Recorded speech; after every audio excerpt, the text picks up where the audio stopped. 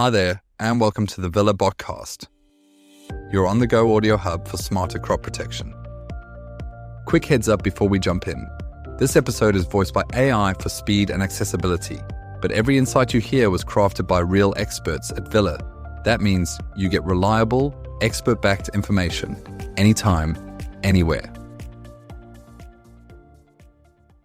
Okay, let's jump in. We're doing a bit of a deep dive today, looking at Dr. Brian de Villiers' Adjuvant tip for June 2025. That's right. And we're pulling from an interesting piece called Adjuvants, Separating Fact from Fiction.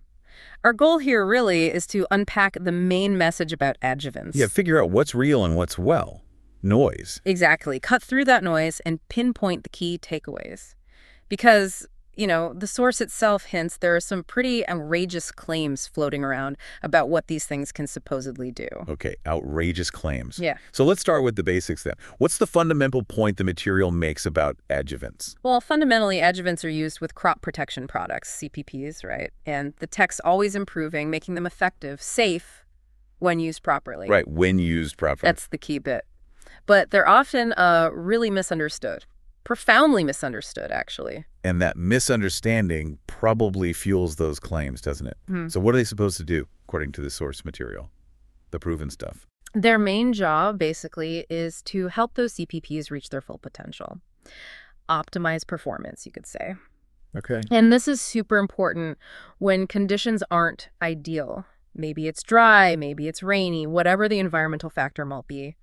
The source really stresses this is backed up by a lot of statistical trials, solid track record. They're helpers, not miracle cures. Got it. Helpers.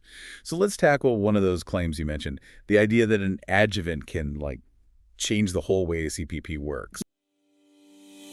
When you're working with water-sensitive herbicides, every detail counts. That's where Class Act NG comes in, a 4-in-1 adjuvant that gets the job done. It neutralizes salt antagonism with ammonium sulfate, enhances uptake with corn sorb technology, spreads evenly, and reduces foaming, all in one pass. More absorption, more impact. Class Act NG, the smart choice for tough tank mixes.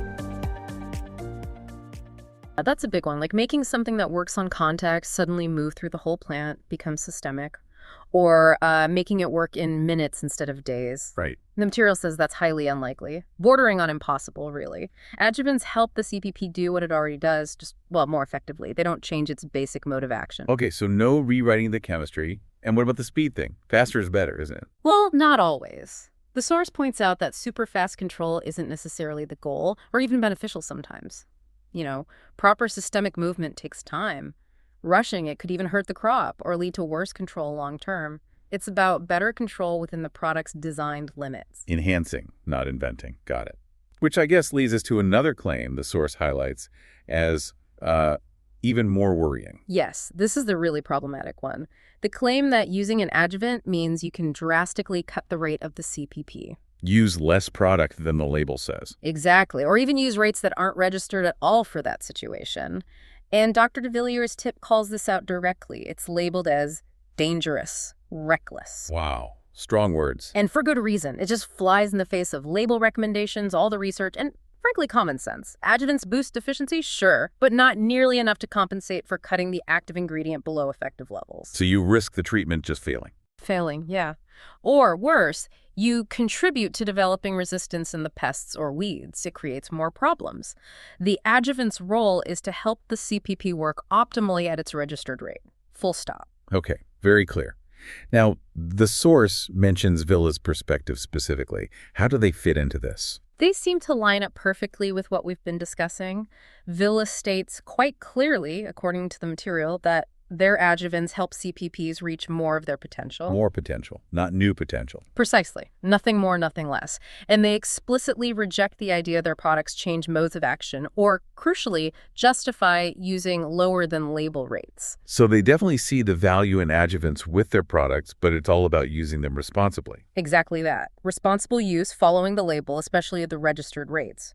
Villa's position, as presented here, is that their adjuvants are purely there to help get effective control without causing other problems. And they wrap up with a pretty strong warning. don't buy into outrageous claims without solid proof, a documented track record, and proper registrations. They even suggest talking directly to one of their agronomists for reliable info. Right, go to the source, the science. Yep. So, boiling it down, the main takeaway from this deep dive seems to be really careful about exaggerated adjuvant claims. Yeah. Their role is specific, they enhance, they don't transform. And always use them with the registered rate of the CPP. Which really leaves us with a thought for you, the listener. Given how persuasive some of these unsupported claims can sound, how vital is it, really, to double-check product information and stick religiously to those label recommendations?